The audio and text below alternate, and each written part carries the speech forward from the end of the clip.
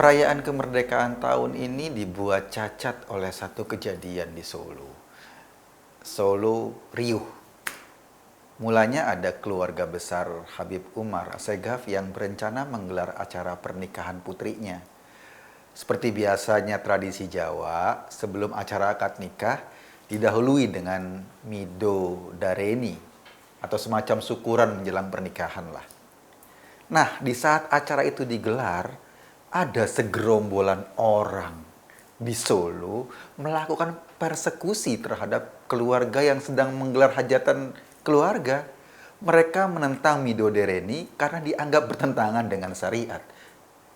Padahal mido dareni itu kan cuma bungkus. Isinya pada saat itu ya pengajian biasa. Kayak syukuran gitu deh. Wong acaranya aja di rumah Habib. Bukan hanya itu, ketika melakukan serangan, mereka teriak takbir sambil menghujat sesat. Mereka juga menuding-nuding Syiah sesat, laknat, halal darahnya, dan sebagainya. Ini sebagai informasi aja ya. Padahal di Iran, yang penduduknya bermadzhab Muslim Syiah, nggak pernah ada acara pengantin yang menggelar mido dareni. Acara itu khas tradisi Jawa. Dan apa salahnya ada keluarga menggelar mido dareni menjelang akad nikah anaknya? Gue cuma ingin ngingetin, tudingan Syiah itu memang selalu digunakan untuk melegalkan kebrutalan mereka. Ini sama, persis seperti kejadian di Suriah. Ketika segerombolan serigala ISIS menghancur leburkan negara mereka.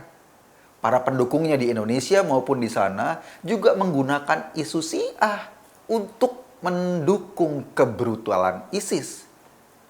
Atau ketika Saudi membombardir Yaman dengan keji, isu Syiah juga digunakan untuk membenarkan kebiadaban yang terang-terangan itu. Kini di Yaman jutaan rakyat kelaparan, pasokan makanan terhenti, obat-obatan gak bisa masuk, seluruh negeri tinggal puing dan anak-anak menjelang mati kelaparan. Dan mereka membenarkan tindakan Saudi dengan alasan karena yang diserang Saudi adalah Syiah. Sama seperti gerombolan yang di Solo itu, isunya. Sedangkan yang menderita di Yaman atau di Suriah adalah semua orang. Nggak peduli Sunni atau Syiah, semuanya kelaparan, semuanya menderita. Kelakuan brutal gerombolan di Solo, itu juga sama. Mereka menuding Syiah untuk mendukung aksi brutalnya. Bahkan sebuah acara keluarga yang gak ada hubungannya dengan dakwah harus diserang. Ratusan orang seperti serigala lapar memburu mangsanya.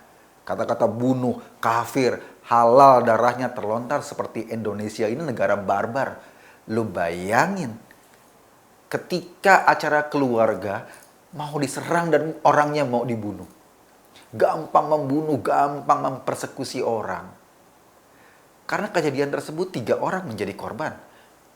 Korbannya tuh Habib Umar Assegaf yang tuan rumah, ada putranya yang usia 15 tahun dan ada seorang tamunya juga yang sudah tua juga, dikeroyok gerombolan radikal. Motornya ditendang, mereka jatuh dikeroyok rame-rame dan ketiganya dilarikan ke rumah sakit karena luka-luka. Apa sih yang kita bayangkan dengan kejadian ini? Ini Indonesia loh. Solo yang dikenal dengan ramah. Sekelompok orang bisa seenaknya menganiaya orang lain dengan alasan beda pandangan. Mengerikan kan? Tapi kejadian ini bukan cuma sekali terjadi di Solo. Pola penyerangan, pengerusakan, dan persekusi dilakukan oleh gerombolan yang sama berkali-kali. Mereka menamakan diri Laskar Umat Islam Surakarta atau sekarang belakangan dikenal dengan nama Laskar Solo. Beberapa tahun lalu, serangan juga dilakukan oleh kelompok yang sama. Mereka menyerang sebuah restoran, social kitchen, dan melakukan pengerusakan. Modelnya juga sama, ketika menyerang pakai tutup kepala, mirip Algojo ISIS. Solo memang kayaknya udah menjadi epicentrum gerakan intoleran yang melahirkan kebrutalan di Indonesia. Pusat gerakan Jemaah Islamiyah yang berafiliasi ke ISIS berada di sana. Di Geruki ada pesantren yang juga mengajarkan paham agama yang sangat radikal. Tokohnya adalah Abu Bakar Ba'asyir, orang yang dipenjara, udah tua, karena keterlibatannya dalam berbagai aksi teroris yang bengis. Ba'asyir dikenal sebagai ideolog kaum teroris. Sebagian pelaku teror bom Bali yang dahsyat itu, yang korbannya ratusan orang, adalah alumni pesantren Ngeruki. Bila kita telusuri, banyak pelaku terorisme pernah bersentuhan dengan jaringan Ba'asyir ini. Artinya Solo adalah salah satu kota yang menjadi epicentrum kelahiran para teroris di Indonesia. Dan kejadian kemarin yang penyerangan di rumah Habib Umar itu menjelaskan bahwa wujud calon-calon teroris itu nyata. Keberadaan mereka jelas, aksi mereka terang-terangan, seolah-olah mengangkangi hukum dan mempersekusi orang lain seenak jidatnya. Tujuan mereka emang cuma satu, membuat kekacauan. Karena ya wajar sih, mereka memang didoktrin untuk itu. Mirip induknya ISIS yang dimanapun berada selalu membuat penderitaan masyarakat. Satu lagi, Solo punya ormas yang namanya Dewan Syariah Kota Surakarta. Ketuanya namanya Muin Nudin. Muin ini tercatat sebagai salah satu dosen di salah satu universitas swasta di Solo. Ini sebagai informasi aja ya, backgroundnya Muin. 2 orang adik Muin itu tewas di Suriah ketika bergabung dengan kelompok radikal. Bahkan salah satu adiknya namanya Abu Walid. Nah, kalau lo pernah nonton video-video mengerikan tentang aksi ISIS yang menggorok leher korbannya, Abu Walid inilah salah satu algojonya ISIS. Rekaman video aksi Abu Walid itu, wah, tuh udah tersebar di medsos. Yang gue sayangin, ini udah tahu nih tokohnya kayak begini, backgroundnya seperti ini. Banyak politisi sialan yang justru memanfaatkan ketokohan orang-orang kayak Muin. Misalnya Muin, dia tuh dulu salah satu pentolan tim pemenangan Prabowo Sandi di Surakarta. Lu bayangin, orang yang tujuannya mendirikan negara agama diberi peran politik formal sebagai tim pemenangan dalam konstelasi presiden.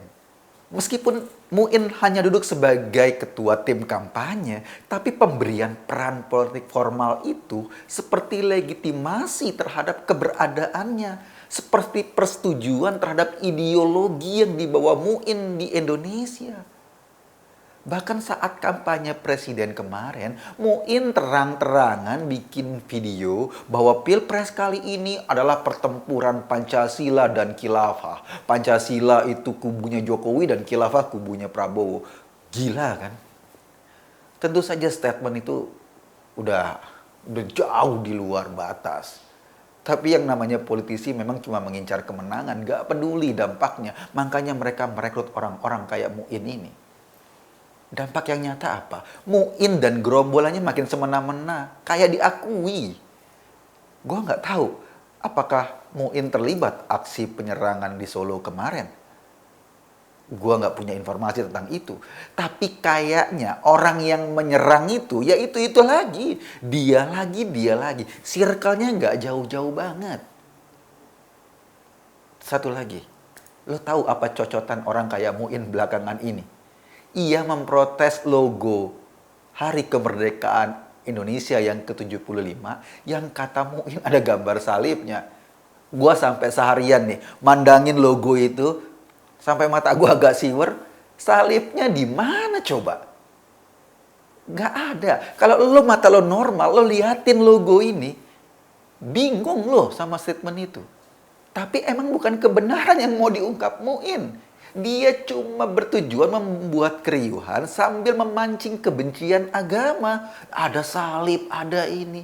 Itu targetnya. Jadi gue mau bilang gini, ketika orang-orang sejenis Muin dimanfaatkan oleh politisi, mereka akan makin kurang ajar. Mereka akan terus-menerus menciptakan suasana yang tidak nyaman, fitnah, hoax. Akibatnya keberingasan demi keberingasan akan terus menjadi pandangan sehari-hari. Aparat keamanan menurut gue harus mulai menyisir deh radikalisme di Solo dari akarnya. Bukan cuma nunggu kebengisan mereka terjadi lagi. Penyerangan terhadap Midodareni ini lucu dan ini menurut gue berlebihan. Gini deh, penegak hukum jangan main-main dengan gerombolan kayak gini. Jika main-main, yang dipertaruhkan adalah masa depan Indonesia. Para politisi nggak usah belagak pilon, nggak ngerti latar belakang orang yang direkrut. Kalau memang teroris, percaya mereka nggak ada manfaatnya buat Indonesia. Percaya deh, para politisi, suara mereka tuh sebetulnya kecil. Pengikutnya sedikit, cuma bacotnya dan laganya yang sok gahar. Jadi viral di media. Jadi secara politik nggak punya pengaruh banyak, selain cuma bikin keributan. Gue sih ya, siapapun politisi yang berdekatan dengan gerombolan kayak gitu, bagi gue akan berdiri di seberangnya, gue akan ngelawan habis-habisan. Sebab orang-orang kayak gitu nggak peduli dengan Indonesia. Mereka mungkin hanya mikirin kekuasaannya saja. Sementara orang-orang kaya mungkin memang tujuannya mau cari keriukan, mau cari keributan. Kemarin acara Midodareni diserang, dituding sesat, kafir. Besok mungkin kalau orang jalan pakai lurik dan belangkon di kota Solo akan dikatakan halal darahnya. Kasus Solo kemarin harus jadi momentum membersihkan kota itu dari gerakan radikal. Kita kan juga pengen Solo dikenal sebagai masyarakat yang ramah, berbudaya, bukan kota penghasil teroris. Gue sih cuma mau ngajak lo berpikir. Kesimpulannya ya terserah lo. Terima kasih.